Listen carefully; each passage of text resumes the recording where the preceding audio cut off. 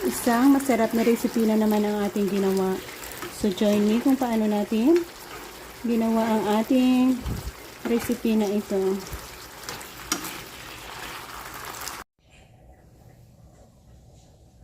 Simpleng ingredients at simpleng pamamaraan na naman ang ating gustong ibahagi dito sa inyo sa araw na ito. So join me guys, ito na ang ating mga sangkap. Meron tayong 3 pirasong patatas, 1 pirasong carrots, 2 slice ng karninang baboy, onion at garlic. Yan ang mga ingredients na ating napreparar para sa ating recipe gustong ibahagi na naman sa inyo. Sa karninang baboy natin, slice natin yan sa sizes na maliliit din.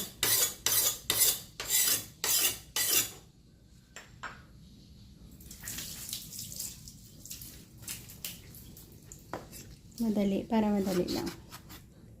So, ganyan natin slice.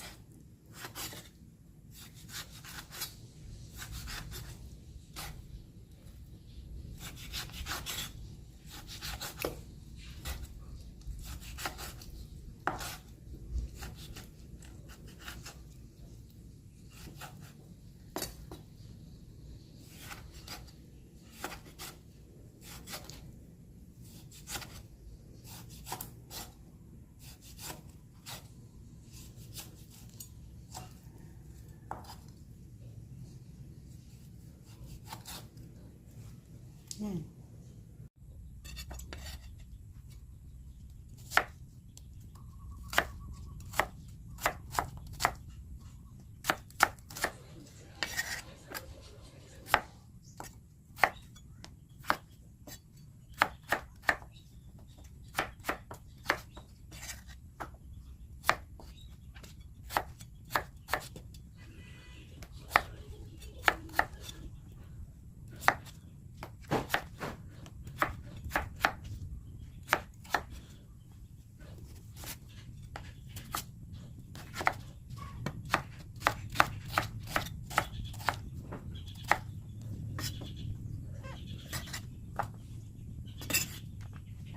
So yan, isang plate ng mga ingredients ang ating nagawa dito. So ready to cook na tayo. So join me guys. Konting cooking oil lang. Wala natin igisa ang ating baboy. Dahil sa mataba din naman ang baboy natin, pwede pa tayo kumuha dito ng extra oil niya.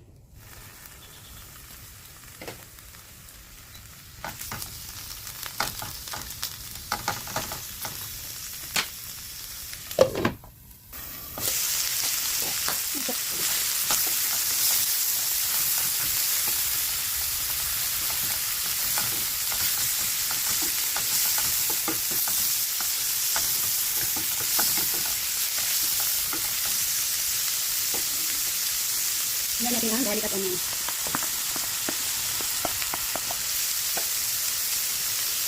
Bigyan natin konting galing.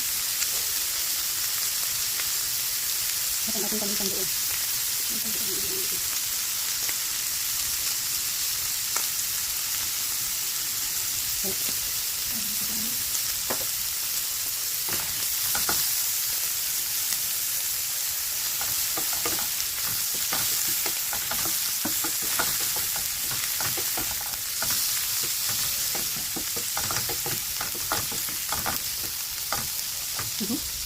ulit natin.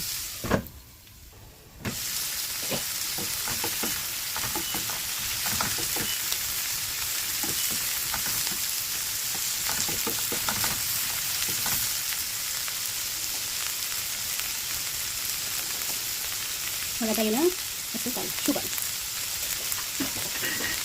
Sa pagkakaramlize ng sugar natin, mabilis natin mapabrown ang ating baboy.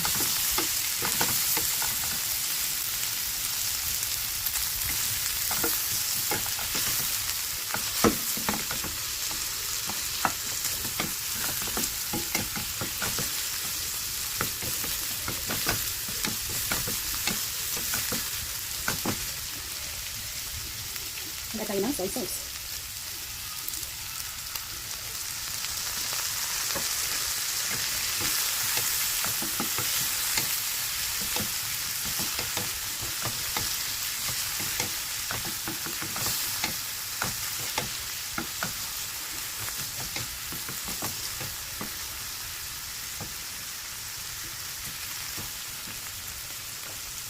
tayo ng vinegar.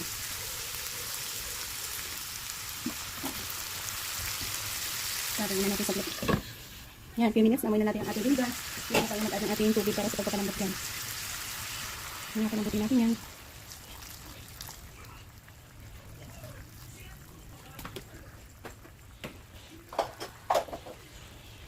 Yan, cover ulit.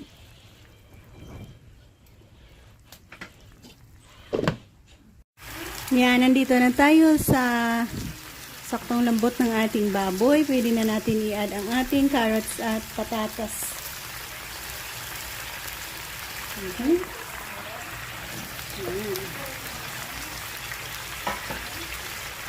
Yan. Pakuluan ulit natin dyan.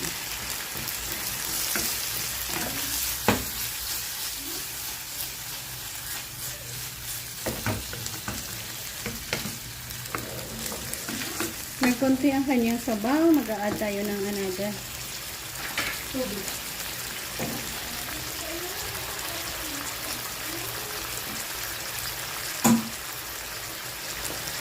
Saktong tubig.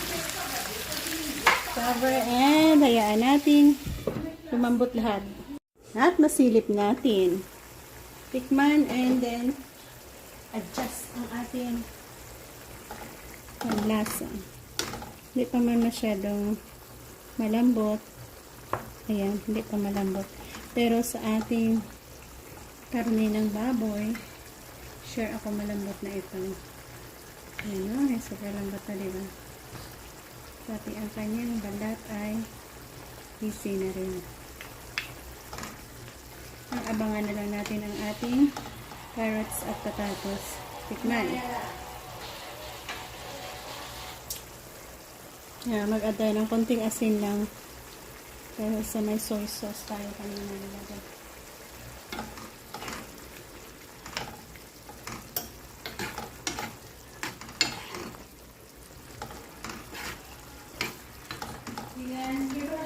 So, ayan guys, napalambot na natin ang husto. At, ayan, sa carrots natin, malambot na. Ayan. Natin. Sa patatas natin, yan, saktong lambot. Sa carrots natin, saktong lambot na rin. So, dito na tayo mag-ahan. So, thank you again for joining me. Nagkaroon na naman tayo ng masarap na recipe dito. Bye-bye, God bless, and happy eating. Maraming salamat ulit. Isang masarap na recipe na naman ang ating ginawa.